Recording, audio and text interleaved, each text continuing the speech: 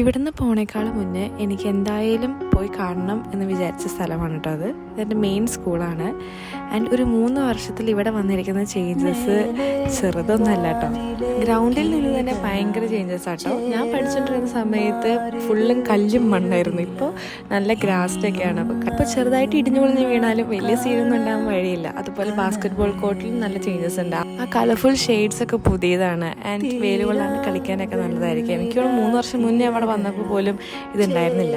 ഇത് ഞങ്ങളുടെ ക്യാൻറ്റീനാണ്. ഇതിൻ്റെ വിശേഷം ഞാൻ ലാസ്റ്റ് പറയാം. അപ്പോൾ അവിടെ ഉള്ളിലുണ്ടായിരുന്ന ചേട്ടൻ പറഞ്ഞു ഉള്ളിലൊക്കെ ഒരുപാട് ചേഞ്ചസ് ഉണ്ട്, കാണിച്ചു തരാമെന്ന് പറഞ്ഞിട്ട്. പക്ഷെ ഇപ്പോൾ വെക്കേഷൻ ആയതുകൊണ്ട് എല്ലാം ക്ലാസ്സുകളൊക്കെ അടച്ചിട്ടൊക്കെ ആയിരുന്നു കേട്ടോ. അതെനിക്ക് വലിയൊരു വിഷമമായിട്ട് തോന്നി. എനിക്കൊന്ന് ക്ലാസ്സിൽ കയറണമെന്ന് ആഗ്രഹം ഉണ്ടായിരുന്നു. ഈ ഒരു ഏരിയ കണ്ടപ്പോൾ ഞാൻ ശരിക്കും നെറ്റിപ്പോയി. കാരണം ഇങ്ങനെയൊന്നും ആയിരുന്നേ ഇല്ല ഇവിടെ. ഒരുപാട് ചേഞ്ചസ് വന്നു. ആൻഡ് എനിക്കിത് ഭയങ്കര സ്പെഷ്യലായിട്ടൊരു സ്ഥലമാണ്. കാരണം എല്ലാ ദിവസവും രാവിലെ അസംബ്ലി നടക്കുന്നത് ഇവിടെയാണ് കേട്ടോ.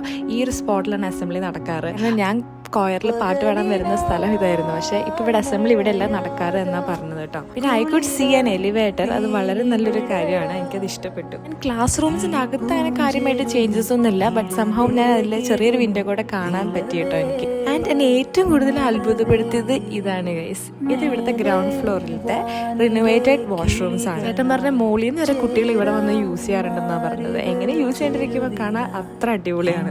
അൺഫോർച്ചുനേറ്റ്ലി ഹെയ്ഡു കാറിലിരുന്ന് ഉറങ്ങിയോണ്ട് ഹാഡിനെ കൂട്ടിയിട്ടാണ് ഞാൻ വന്നത് കേട്ടോ.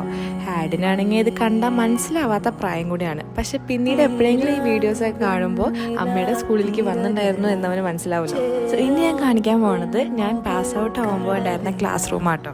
ഒരുപാട് ഹാപ്പി മൊമെൻറ്റ്സ് അതുപോലെ തന്നെ സങ്കടമുള്ള കുറേ കാര്യങ്ങൾ ഉണ്ടായിരുന്ന ഒരു ക്ലാസ് ആയിരുന്നു കേട്ടോ.